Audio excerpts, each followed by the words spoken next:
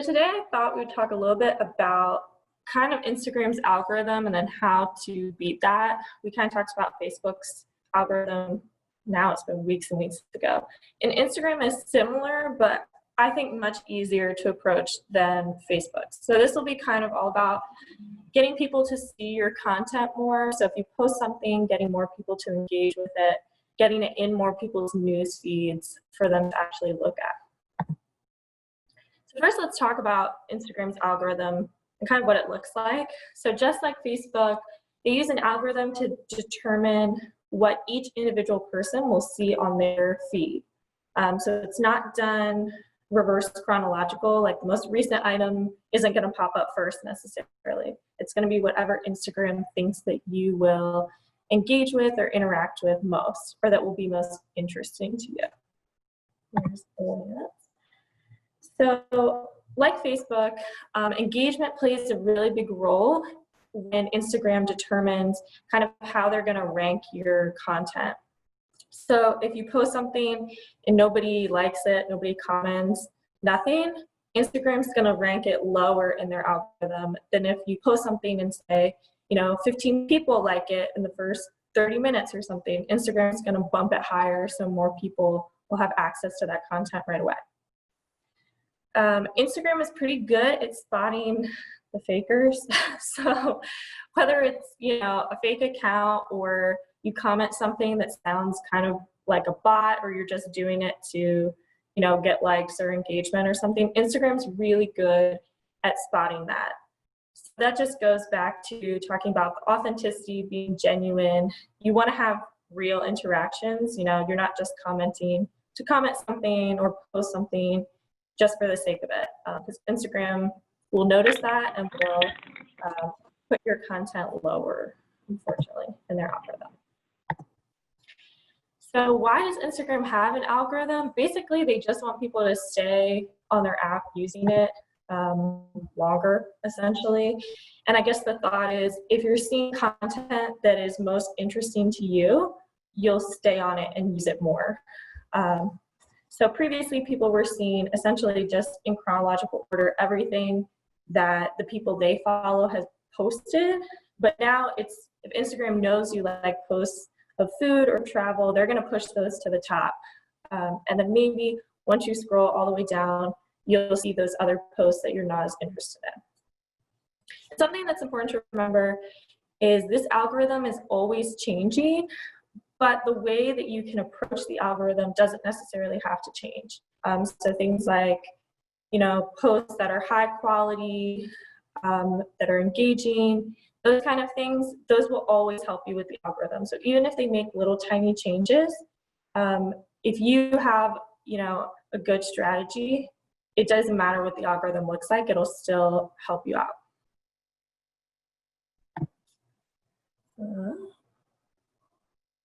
So here's some, I guess, good things for you, for your Instagrams, which a lot of these are, I would say, much better than Facebook. So photos and videos are weighed heavily in the algorithm. So I know on Facebook, we talked about video posts perform better. Facebook's gonna boost a video post over a photo post, but in Instagram, it doesn't matter. It can be a photo or a video, they're gonna weigh it the same. 2, all account types are treated equally. This is really, really good news for you all, because if you have a business account, they're going to treat it the same exact way they treat a personal account or a creator account if you have that.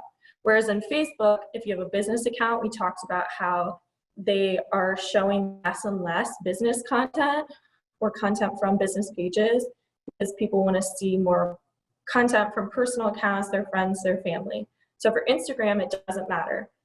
They will show your content just as much as they show, content from your friends and family. Also, users can no longer see the number of likes on a post. I say this is good news just because, people aren't going to your page and saying, oh, but only, 4 people like that photo. It doesn't matter. They can't really see it. I think it's like once you get over 5 likes or something really small, it just says people liked this photo. So that's good news for you. It's a lot less pressure. You don't feel like you have to get 50, 100 likes on every post. And you can focus on engaging more with your followers and creating content that they really enjoy. And then lastly, Instagram will show your posts to everyone that follows you.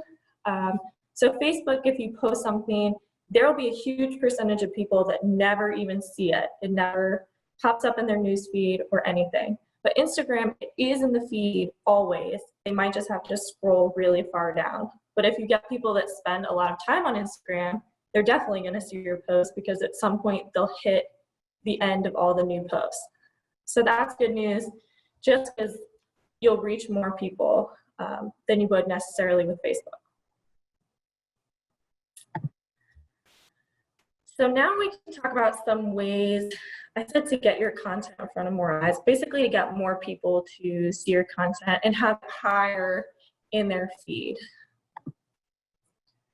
First, with your posts, number one is to post consistently. So this can be, it doesn't have to be every single day.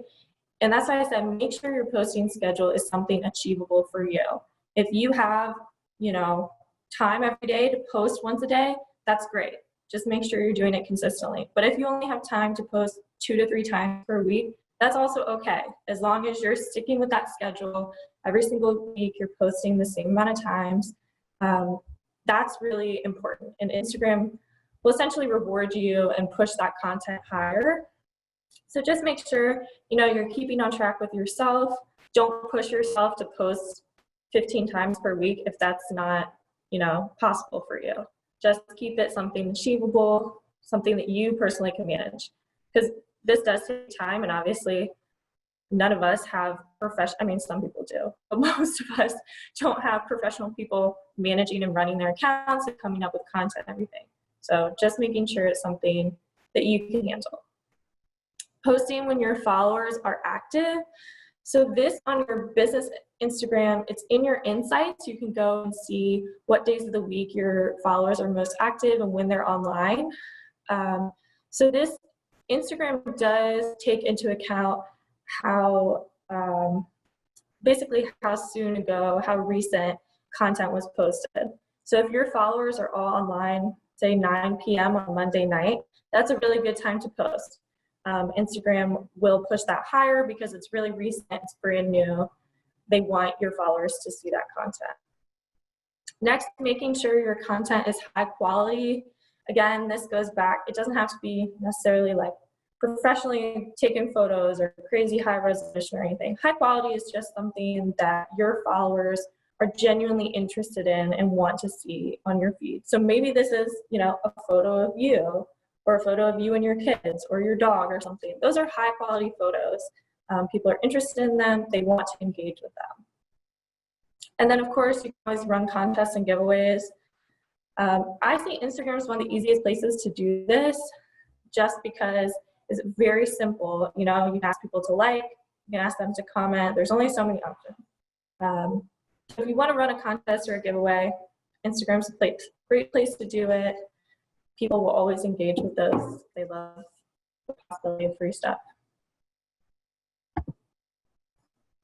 So next would be with your stories. So something you can do in your story, does everyone know what an Instagram story is? I think we've talked about it before. Okay, I'll take that as yes. You can kind of tease or share your own post in your story. So most of the time when we think about stories, we think about sharing, somebody else's post, or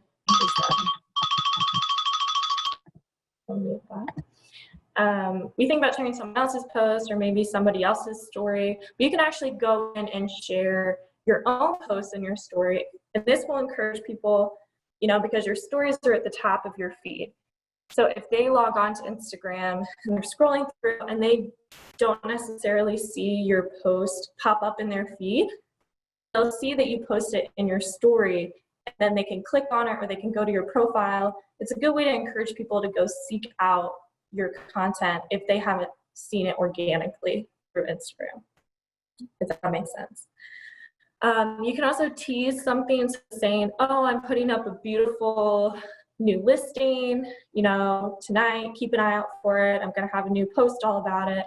that kind of thing, just getting people excited about something that you're going to post later, encouraging them to check back later and see if you have posted it. Also post stories frequently. These are a really good way to connect with your followers, and Instagram takes note of every little interaction that you have. So if you're posting a story, is the story added to Facebook? You can add it to Facebook actually, Linda.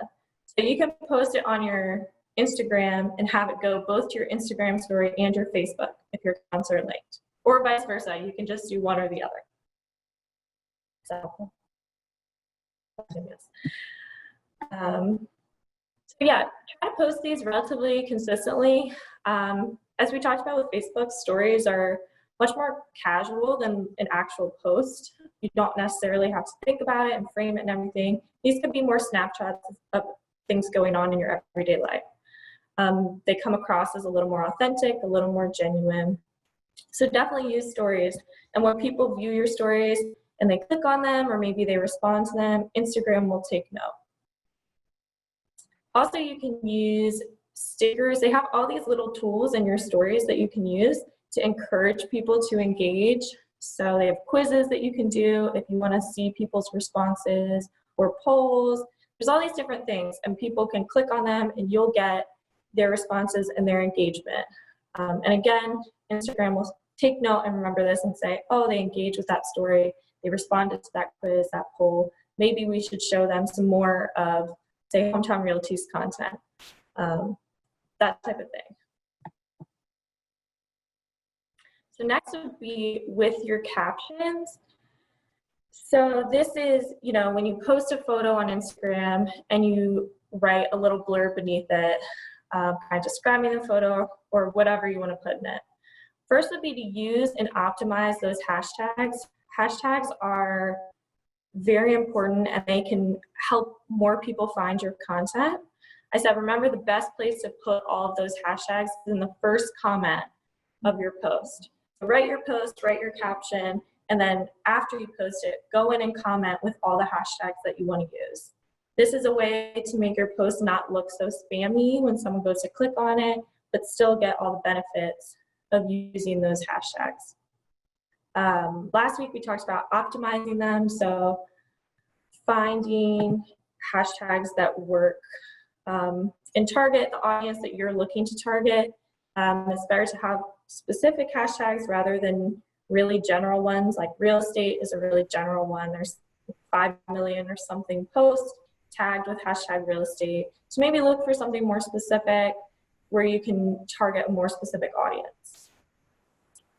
Also, don't forget to include a call to action in the caption.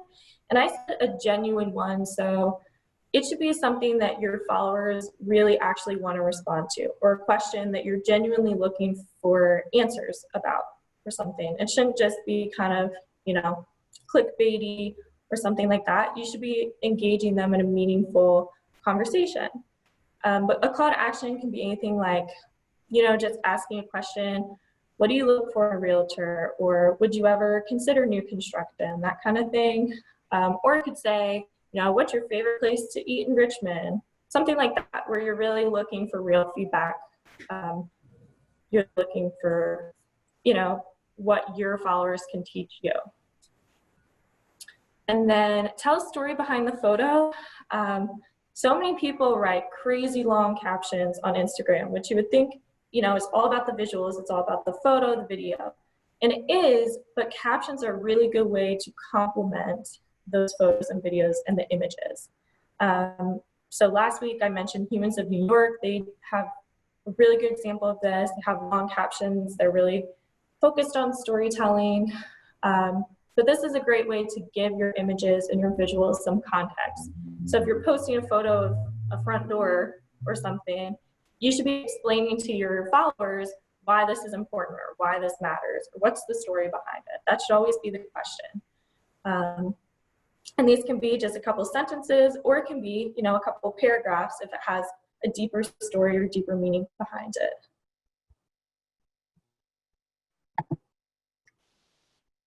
And then lastly would be with your own actions on Instagram. So this is kind of how you're interacting and engaging in the app outside of posting your own content. So number one would be responding to all comments. So if someone comments on your post, you need to go in and respond to that comment. If it's, you know, something like emojis, you can just give it a like, you don't have to respond. But if someone took the time to write a whole sentence, then you should be going in and responding to it. Brenda, your question is, how long are hashtags active? If I just put the hashtag symbol in front of keywords, does it become an active hashtag? So essentially, yes. So if you type in hashtag anything really, it will create its own category. So it's active essentially forever. If you go to search a hashtag or somebody clicks on a specific hashtag, it will bring up the most recent posts or the ones getting the highest engagement, but it will be active essentially forever. Does that answer your question? See you nodding.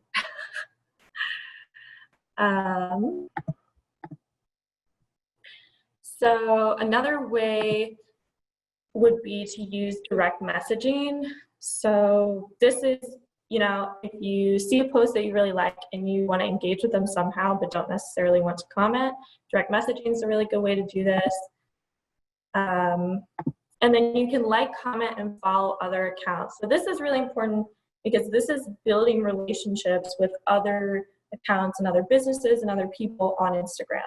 And how you do that, you go in, you comment on their post, you like, you follow them, you kind of stay up to date with them. And hopefully, you know, they'll give you some love back and they'll come comment on your post. This should be really genuine. So only if you actually like their posts or like their content or their profile. This should not be spammy. This should be really genuine. You really like what they have to offer. You're inspired by it. And then I gave a couple of examples and said, do this, not that.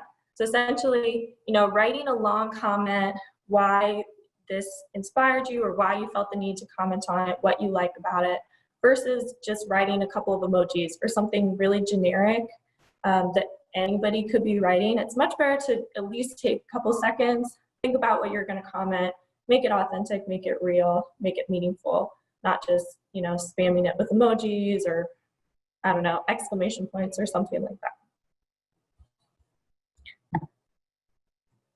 And then here are a couple ways to stay organized. We talked about posting consistently. And I know it's so hard when you're thinking, okay, I need to post on my Facebook and on my Instagram and send out my emails and do everything. So these are just a couple ways to stay on top of it. Number one would be turning on those push notifications. So this is like getting an alert on your phone when something happens. I would set it mostly just to get alerts when somebody comments. That way you can automatically know if somebody has commented and you need to go in and respond to it. For things like likes or follows, those, you know, they're not as time sensitive, I think. So it's nice to see when someone's liking your picture or following you, but you can't necessarily respond to those. Maybe you can follow them back, but they're not going to be offended if you don't follow them back in the next 5 minutes. But comments are kind of time sensitive. You want to show people that you're actively engaging. And it takes, you know, you get the alert, respond quickly. It takes all of 2 minutes to do that. You can also use a schedule or a calendar or some type of reminder app or something to notify you and kind of remind you to stay consistent with those posts. So maybe you set a calendar alert every other day, you know, saying post on Instagram today or post at this time or come up with an Instagram. Just something to remind you that you need to be posting consistently to keep your followers engaged in your content up in their feeds. And then set aside 10 minutes every day. Maybe 10's excessive for you. That's fine. 5 minutes every day. But to go in and comment and engage with other people's content, like we talked about, engage with those other accounts, just so you're present, you know, you consistently have a presence. You're consistently engaging. And this should be fun too. I mean, you're going in and looking at other people's content, you're getting ideas, and we all spend, I mean, time scrolling mindlessly through Facebook and Instagram anyway. So if you're already doing that, you may as well be commenting and engaging with other accounts. And then here are two accounts that I thought were really good examples. These are, so one is a team and then one is an individual agent that you can follow if you're interested in kind of seeing, you know, how they do it. The first is the Nancy Kennedy team. So they kind of focus on, they're up in New York, I think. And they focus on a lot of their listings, some personal photos, and then also little, you know, photos and tidbits about the community, kind of the area that they're operating in. So theirs is not quite as personal, but they are getting people engaged in, okay, why should I move here? Why should I be looking for a home here? What makes this area special? And then the second is Rod Watson. So his whole thing is he's an athlete and he's a realtor. So you can see he has like golfing photos and photos of him out doing things. And then he also has some listing photos and a lot of personal photos. So his Instagram is a really nice mix, kind of all those things. You can see what makes him unique, makes him special. And you can also see, you know, he's a realtor, he's serious about his business, that kind of thing. So if you're interested, these are two accounts. I know last class, some people had asked me for examples of hometown agents, and I sent those out. But if anyone today wanted my examples of those who I thought were really doing a great job, I can send them. And then these are just a couple of others that are not hometown agents. And that's that. Does anyone have any questions or has an Instagram that they're working on and seeing success? Wants to share any success stories? Kate, I have a question. How can I check to make sure my Facebook and Instagram accounts are connected so that when I post on one, it automatically uploads? How do I know? So it should be in your settings. In my what? In your settings in Instagram. I know, I want to say 2 weeks ago, maybe I did a class on this, and I think I wrote down explicit instructions. So I could send those to you if you want to do that, and that will show you how to link them. And then when you go to post something, there'll be an option to post both to the Facebook and Instagram at the same time. Sounds good. Yeah. Gotta post something first, though. But okay. That is true. First, we need the content, right? That's right. That's right. Are there any other questions? Everyone here has an Instagram. Everyone's muted, so it's got it. Got one. You're shaking your head, Linda. I have an Instagram, but it's all very personal. So I would think I probably would have to create one that's also business. Okay. Yeah. Does she need to have a separate business one?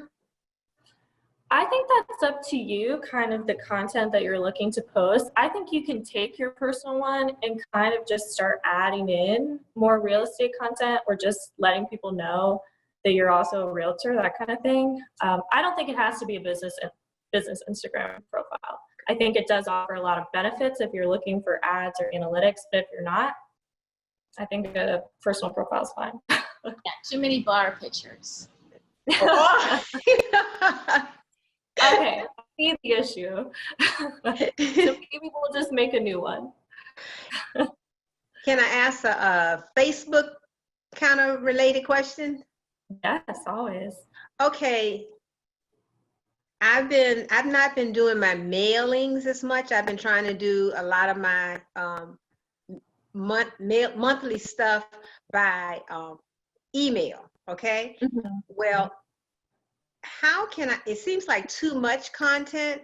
I want to know how I can utilize some of my monthly mailing information. Like we did, I did one last month. Some of you, if you got Brian Buffini, I did the one about sleep and getting enough rest and that kind of resetting and refocus. And I'd really like to take some of that content and put it on my Facebook page or my Instagram page.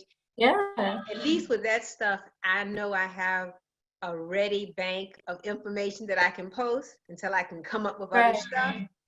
So, but I'm not sure where to post it. It seems like just too much. Like, you know, Facebook wants short, concise Mm-hmm. suggestions on how I can, where would I put a whole lot of information, or how do I put a link in there? I know how, so that they can go to it if you want to read more. Mm-hmm. I How would do say, yeah, if you're looking to send out a whole lot of information, kind of like a blog post or like that much information, I would suggest either doing a link on your Facebook that they can click and go to that information, or in an email if you already have email set up, which I know you do because I got your emails. Right. Or if you're interested in also sharing it on your social media, you could kind of create like a little graphic that condenses it. So maybe if it was, here are 5 steps to reset your life or something, Right. you know, condense it, make it really short, make a little graphic, post that, and then you can add the link that says, for more information, you know, click here or check this out too. Does that make sense? Yeah, it does, but it still seems like for more, oh, okay, yes, learn how to reset your life. For more information, click here, and then I come up with the link and it'll take them there. Yeah. Okay. Yeah, and you could also post with it a photo or something that kind of relates, you know, so maybe it's, I don't know, a spa photo or something calming. And you can post that with the link and say, like, do you need to reset your life? Are you feeling, you know, stressed or something? Check out these 10 tips to reset your life. Okay, and sometimes though, when I've tried to copy links over onto my page, it's got all this text or stuff, and I know one of the somebody told me, they say, you know, when you do that, delete all of the stuff, you know. Does that mean? But I'm afraid if I delete that stuff, then are they going to really take it? Is it really going to take them to that page? Yeah. So long as I have attached the link to a picture, kind of like. Yeah, so when you go to create your post, you should be able to copy and paste your link in, and it should pop up with kind of a box kind of thing that has the name of the link or the name of the address or wherever it's heading, and it'll try to grab the first image in that link, if that makes sense. So when I post a blog for Hometown Realty, it links to Hometown's blog page, and then typically I'll have posted some photos in the blog, so it will pull the first photo from the blog, and it will pop up with the name of the blog and the photo. Okay. And then I'll go in and delete the actual link address, but the link will still be attached, so it will show up in the post. Okay. Sense? I can try to like do a screen recording of me posting one, if that would help, and I could send it to you so you could see what it would look like. Okay. All right. That'd be helpful. That'd be helpful. Okay. I'll do that. Okay. Are there any other questions? I'm running out of time. No? Okay, cool. I hope this was somewhat helpful. Very much. It is. Thank you, Kat. Okay. Well, have a good week. I will not be in the office Friday, taking a vacation day. So there will be no class Friday. It'll be pushed to next Monday. Okay. Just a heads up. I'll send out an email reminder. Enjoy your weekend. Okay. Thank you. All right. Thank you, Kat. Yeah, have a good one. Yeah, Bye, you too. guys. Bye.